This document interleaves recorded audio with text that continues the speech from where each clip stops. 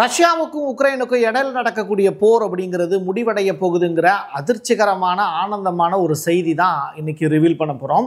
28 அம்ச திட்டம் என்ன, இது தொடர்பாக ரகசியமாக அமெரிக்காவும் ரஷ்யாவும் மட்டும் பேசிக்கிட்டு இருக்காங்க அப்படிங்கிற அந்த தகவலை நமக்கு மோப்பம் பிடிச்சி சொல்லியிருக்காங்க ஒரு முக்கியமான ஆங்கில சேனல். அதோடு சேர்த்து அமெரிக்காவினுடைய காங்கிரஸ் ஒரு பகீர் ரிப்போர்ட்டை வெளியிட்டிருக்கு. அந்த ரிப்போர்ட்டில் சொல்லியிருக்கக்கூடிய தகவல் சைனாவை பற்றியது, அமெரிக்காவை பற்றியது. சீனாவை ஒரு காலத்திலையும் அமெரிக்காவால் ஜெயிக்க முடியுமா முடியாதா அப்படிங்கிற ரகசிய ஆவணம் ஒன்று கசிஞ்சிருக்கு. அது ரிலேட்டடான டீட்டெயில் ரிப்போர்ட்டையும் சேர்த்து வச்சு பார்த்துடலாம்.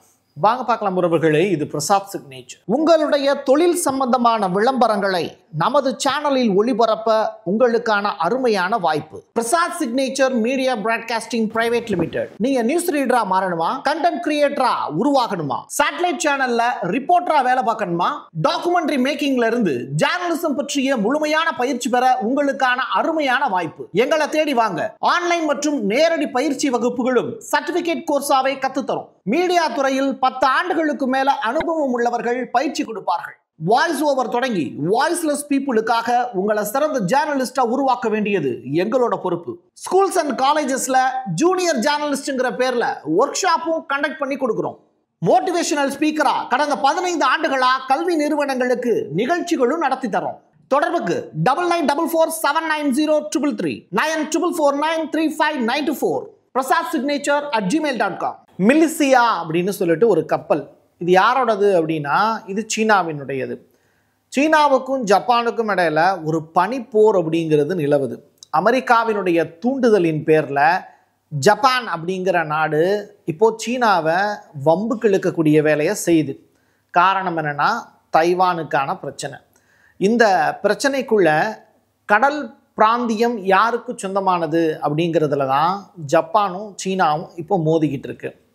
தென்சீன கடல் பகுதி மட்டுமல்லாமல் அந்த யூ வடிவ ஏரியா யார் ஆளுமை செலுத்த போகிறா, இதில் இப்போ ஒரு பிம்பம் ஒன்று கட்டமைக்கப்படுது. நான் சொன்னேன்ல மிலிசியா அப்படின்னு, அது ஒரு மக்களை ஏற்றி செல்லக்கூடிய ஒரு கப்பல்.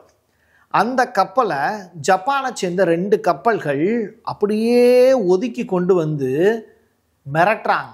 நாங்கள் உங்களை துன்புறுத்த போகிறோம் அப்படிங்கிறத காட்டக்கூடிய புகைப்படம் தான் இது. ஸோ இந்த காட்சிகள் சீனாவினுடைய அதிபர் ஜி ஜின்பிங்கை கடுமையான கோபத்துக்கு உள்ளாக்கியிருக்கு அப்படின்னு சொல்கிறாங்க. புறப்பட்டு வந்தேன் அப்படின்னா 10 நிமிஷத்தில் மறுபடியும் ஹிரோஷிமாவையும் நாகசாகியும் ஞாபகப்படுத்திடுவேன் அப்படிங்கிற அளவுக்கு சீனா இப்போது கொந்தளிப்பில் இருக்குது.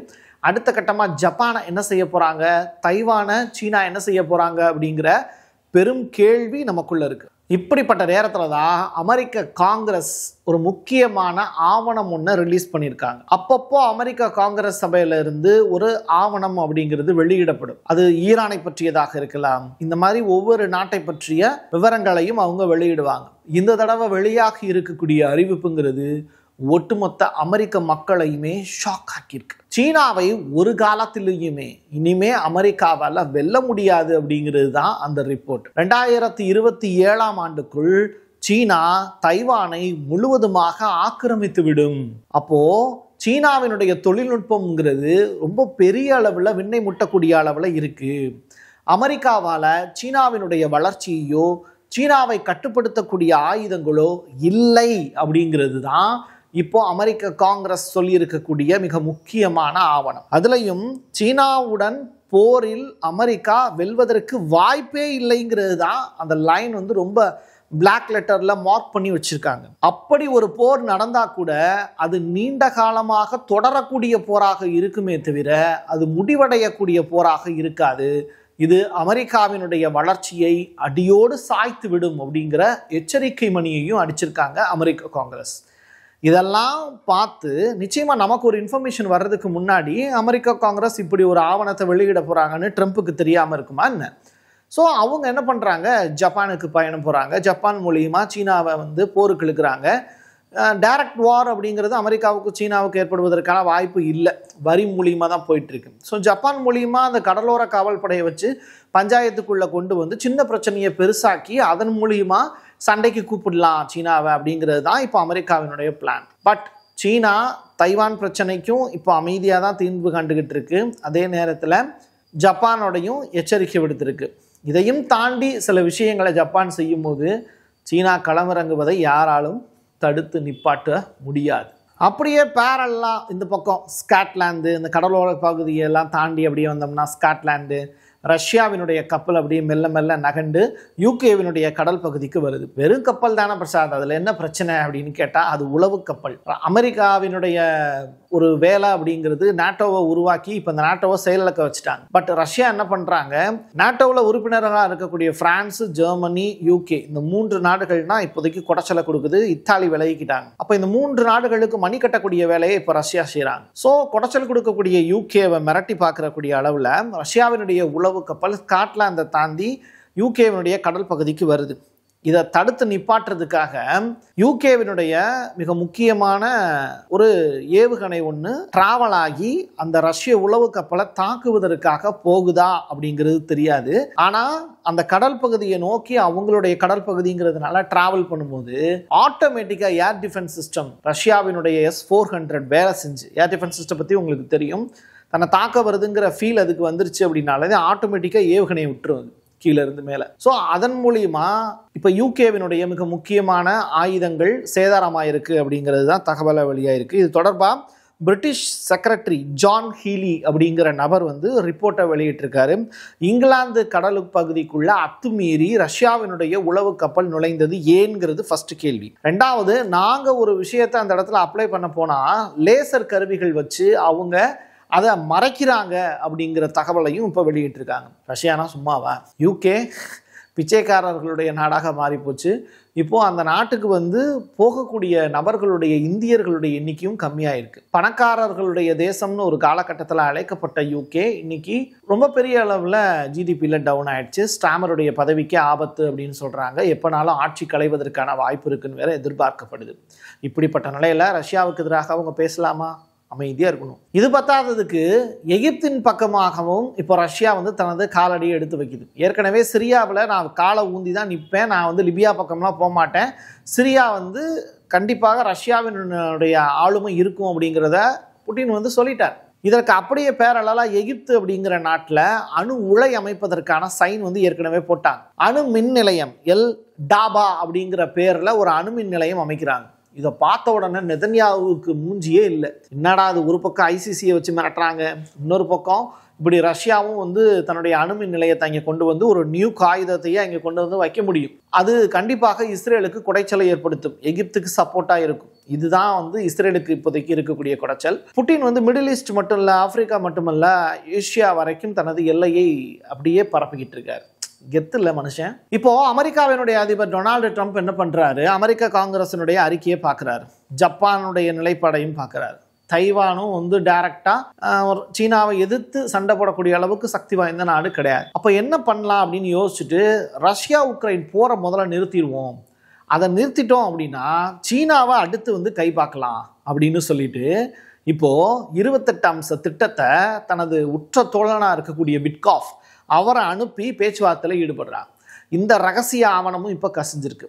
ஏற்கனவே எங்கள் யுஎன்எஸ்சியில் ஒரு தீர்மானம் நிறைவேற்றப்பட்டப்போ ரஷ்யா அமெரிக்காவுக்கு எதிராக வாக்களிக்கலை. நீங்கள் அதை நோட் பண்ணி பார்க்கணும். காசா விவகாரத்தில் இப்போது ரஷ்யாவோடு சேர்ந்து ஒரு முக்கியமான மீட்டிங் ஒன்று நடத்தி அதில் அந்த 28 அம்ச திட்டம் நிறைவேறிடுச்சுன்னா உக்ரைனை கூப்பிட்டு கண்டிக்கிறார்.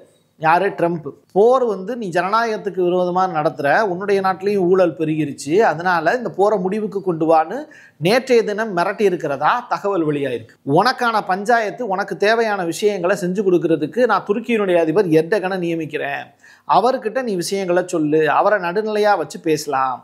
அவர் சொன்னார்னா கண்டிப்பாக ரஷ்யாவினுடைய அதிபர் புட்டினும் ஏற்றுக்கிறதுக்கான வாய்ப்பு இருக்குங்கிற ஸ்டேட்மெண்ட்டை சொல்கிறாங்க.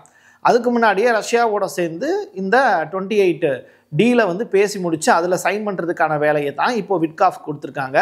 பார்ப்போம் இதில் ரஷ்யாவினுடைய ஃபாரின் மினிஸ்டர் லாவ்ரோவ் எந்த அளவுக்கு முனைப்பு காட்டி இதில் சைன் போட்டுவதற்கான வாய்ப்பு இருக்குது அப்படிங்கிறத பொறுத்திருந்து பார்க்கணும். எப்படி இருந்தாலும் சீனா ஜப்பானை அட்டாக் பண்ணுறதுக்கு பதிலாக குடைச்சல் கொடுக்குற ஜப்பானை விட்டு தைவானை தான் அட்டாக் பண்ண போகிறாங்க. தைவானை முழுவதுமாக கைப்பற்றி விட்டால் ஜப்பான் அதுக்கடுத்து எந்த விதமான ஆக்ஷன்லையும் ஈடுபட முடியாதுங்கிறத சீனா இப்போ கணிக்கிறாங்க.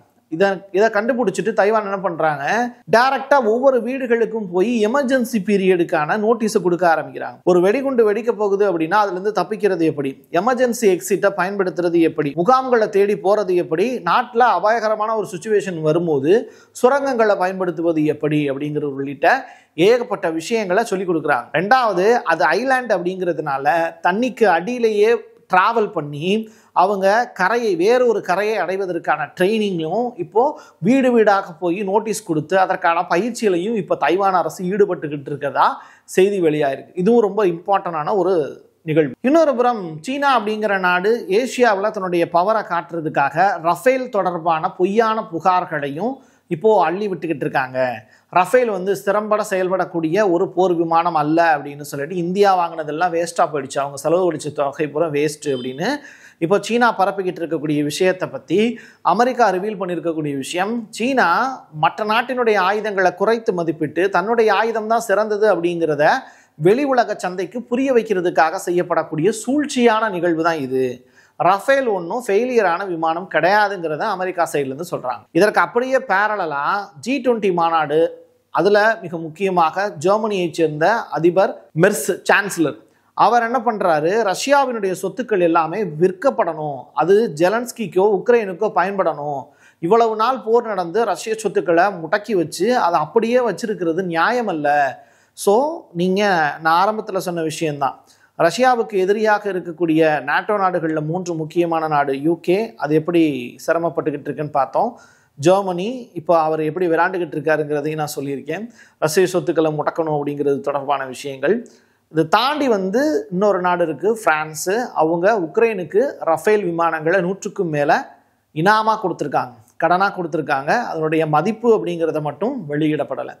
இதுதான் இங்கே இருக்கக்கூடிய உலக அரசியல். அப்போது ரஷ்யா உக்ரைன் போரை நிறுத்துறதுக்கு தடையாக இருக்கிறது யாருன்னா UKவும் ஜெர்மனியும் ஃப்ரான்ஸும். இந்த போரை முடிச்சு வச்சு சீனா பக்கம் போய் தனது ஆளுமையை செலுத்தணும் அப்படின்னு அமெரிக்கா போடக்கூடிய கணக்குக்கு ரஷ்யா வழிவிடுமா அப்படிங்கிற கொஸ்டின் மார்க்கோடு நான் நிறுத்திக்கிறேன். என் கையெழுத்து என் மக்களுக்கானது உறவுகளே, மீண்டும் ஒரு பதிவில் சந்திக்கலாம். நன்றி, வணக்கம். உங்களுடைய தொழில் சம்பந்தமான விளம்பரங்களை நமது சேனலில் ஒளிபரப்ப உங்களுக்கான அருமையான வாய்ப்பு. Prasad signature media broadcasting private limited. நீங்க நியூஸ் ரீடரா மாறணுமா, கண்டென்ட் கிரியேட்டரா உருவாகணுமா, சேட்டலைட் சேனல்ல ரிப்போர்ட்டரா வேலை பார்க்கணுமா, டாக்குமெண்ட்ரி மேக்கிங்ல இருந்து ஜேர்னலிசம் பற்றிய முழுமையான பயிற்சி பெற உங்களுக்கான அருமையான வாய்ப்பு. எங்களை தேடி வாங்க. ஆன்லைன் மற்றும் நேரடி பயிற்சி வகுப்புகளும் சர்டிபிகேட் கோர்ஸாவை கத்துத்தரும். மீடியா துறையில் 10 ஆண்டுகளுக்கு மேல அனுபவம் உள்ளவர்கள் பயிற்சி கொடுப்பார்கள். வாய்ஸ் ஓவர் தொடங்கி வாய்ஸ்லெஸ் பீப்புளுக்காக உங்களை சிறந்த ஜேர்னலிஸ்டா உருவாக்க வேண்டியது எங்களோட பொறுப்பு. ஸ்கூல்ஸ் அண்ட் காலேஜஸ்ல ஜூனியர் ஜேர்னலிஸ்ட்ங்கிற பேர்ல ஒர்க் ஷாப்பும் கண்டக்ட் பண்ணி கொடுக்கிறோம். மோட்டிவேஷனல் ஸ்பீக்கரா கடந்த 15 ஆண்டுகளா கல்வி நிறுவனங்களுக்கு நிகழ்ச்சிகளும் நடத்தி தரோம். தொடர்புக்கு 9944790333 94493594 prasadsignature@gmail.com.